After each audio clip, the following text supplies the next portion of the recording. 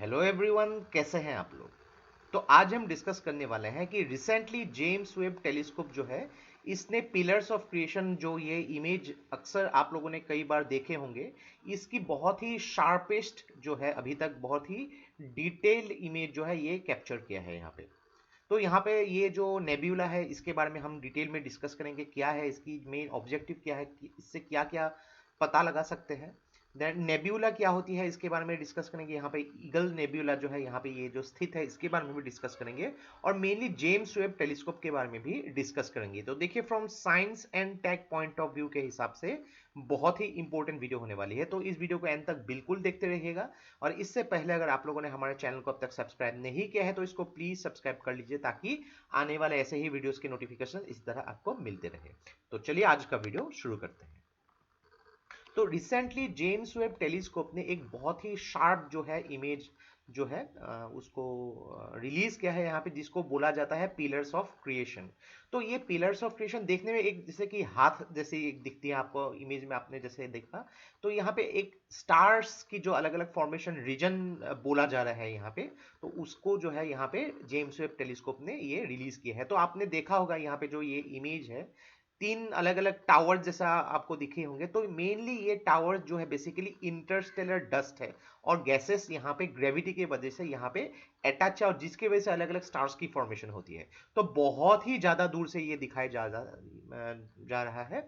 और मेनली देखिए, ये पिलर्स ऑफ क्रिएशन जो है ये लोकेटेड है ईगल नेबुला के सेंटर में।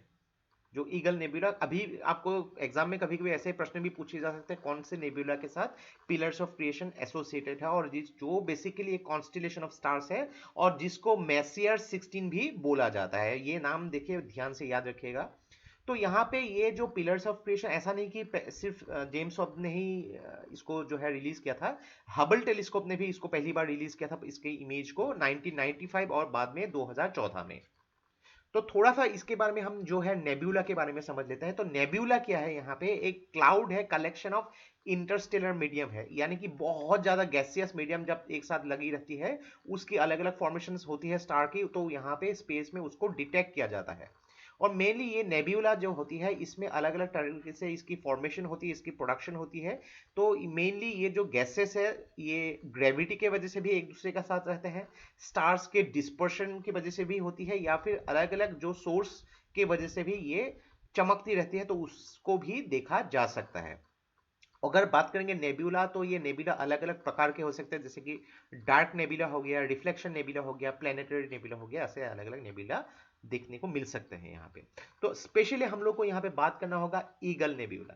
तो ईगल नेब्यूला यहाँ पे जहाँ जो मैसियर 16 भी इसको बोला जाता है, NGC 6611 भी बोला जाता है, और बहुत ही फेमस इसको जो है स्टार क्वीन नेब्यूला भी बोला जाता है। तो यहाँ पे जो है एक कॉन्स्टिलेशन है जिसका नाम है सर्पेंस। तो सर्पेंस कॉन्स्टिलेशन में जो है ये ईगल नेबुला पाया जाता है, और इसको जो है पहली बार डिस्कवर किया था जीन फिलिप ने 1745 में। बहुत ही सालों पहले इसको ऑलरेडी डिस्कवर किया जा चुका है। अभी देखिए, ये ईगल नेबुला या फिर स्टार क्वीन नेबुला, तो ये मेनली क्या है, एक परछाई जैसी है यहाँ पे नेबुला का, जहाँ पिलर्स ऑफ क्रिएशन देखने को मिला है ऑलरेडी। और इसको हबल टेलीस्कोप ने 1995 में एक्चुअली इसकी फर्स्ट इमेज जो है रिलीज की थी। तो यहाँ पे नेबुला में अलग अलग स्टार फॉर्मेशन जो गैसेस की होती है, यहाँ पे डस्ट के वजह से यहाँ पे देखा जा सकता है। और ये ईगल नेबुला जो है हमारे अर्थ से लगभग 7000 लाइट ईयर्स दूर में है। तो लाइट ईयर का मतलब क्या है, आप लोग डेफिनेटली जानते होंगे कि एक सेकंड में जो लाइट जो है 3 लाख किलोमीटर प्रति सेकंड जो है एक लाइट का फोटोन जो है ये ट्रेवल करती है। तो आप उसको कन्वर्ट कर सकते हैं कि एक सेकंड में अगर 3 लाख किलोमीटर होती है, तो यहाँ पे 3 लाख किलोमीटर पर सेकंड, सॉरी, यहाँ पे 3 लाख किलोमीटर पर सेकंड, अगर एक सेकंड में 3 लाख किलोमीटर लाइट का फोटोन जो है पार्टिकल ट्रेवल कर सकती है, तो एक साल में कितने ट्रेवल ज्यादा दूर ट्रेवल कर सकती है। तो उसको मल्टीप्लाई बाय 7000 करेंगे तो उतना दूर में ये ईगल नेबुला हमारे अर्थ से दूर है यहाँ पे। तो ये ईगल नेब्यूला है जो basically Sagittarius arm of the Milky Way में पाए जाते हैं। तो मिल्की वे की भी इमेज आपने देखा होगा, तो ये अगर मिल्की वे की इमेज हो गई तो ये गैलेक्टिक कोड हो गया। इस पोर्शन में जो सैगिटेरियस आर्म है यहाँ पे ईगल नेब्यूला स्थित है, और अपना जो सूरज है यहाँ पे लोकल स्पर आर्म जो है यहाँ पे अपना सूरज जो है स्थित है। अलग अलग जो आर्म्स को जो है स्टडी करने के लिए जो मिल्की वे को डिवाइड किया गया था उसके हिसाब से स्टडी की जाती है। तो आप आइडिया लगा सकते हैं कि ये कितनी ज्यादा दूर में स्थित है यहाँ पे जो ईगल नेब्यूला।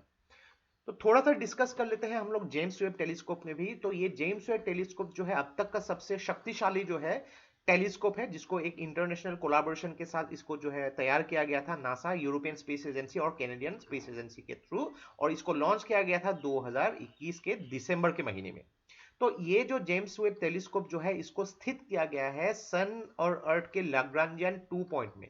तो लैग्रांजियन 2 पॉइंट एक ऐसा पॉइंट है, मान लीजिए कि ये सूरज है और ये पृथ्वी है।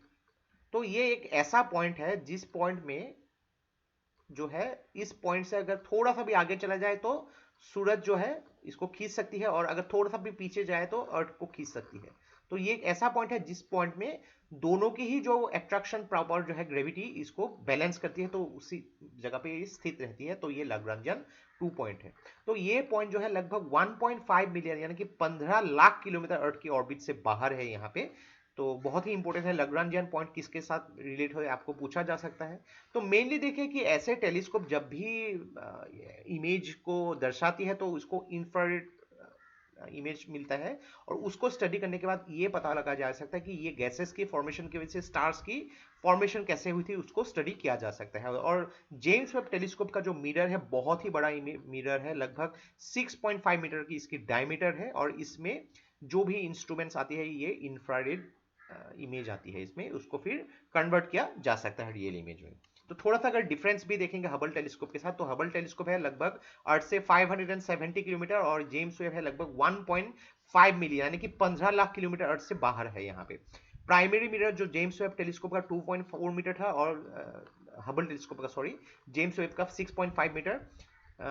हबल में 1 सेगमेंट था और जेम्स वेब में 18 सेगमेंट्स थी, और हबल टेलीस्कोप लगभग 12.5 बिलियन ईयर्स पीछे जो है देख सकती थी, और ये जेम्स वेब टेलीस्कोप उससे भी ज्यादा दूर तक देख सकती है।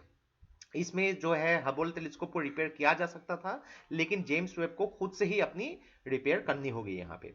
तो मेनली हबल टेलीस्कोप जो है अल्ट्रावायलेट या नियर इंफ्रारेड लाइट पे भी इमेज को रिलीज करती थी, लेकिन जेम्स वेब टेलीस्कोप जो है यहाँ पे नियर इंफ्रारेड या फिर मिड इंफ्रारेड लाइट में भी इमेज को शेयर कर सकती है।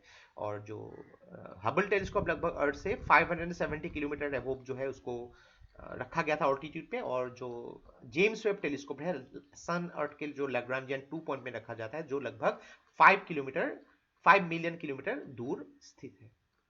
तो ये था हम लोग का complete analysis regarding the pillars of creation, जो जेम्स वेब टेलीस्कोप ने लेटेस्ट जो शार्प इमेज रिलीज किया है। तो आशा करते हैं वीडियो से आपको बहुत कुछ चीजें सीखने को मिला होगा, और ये वीडियो अगर आप लोग को अच्छा लगा इसको प्लीज लाइक कीजिए, इसको सब्सक्राइब कीजिए, इसको शेयर कर दीजिए। तो आज के लिए बस इतना ही।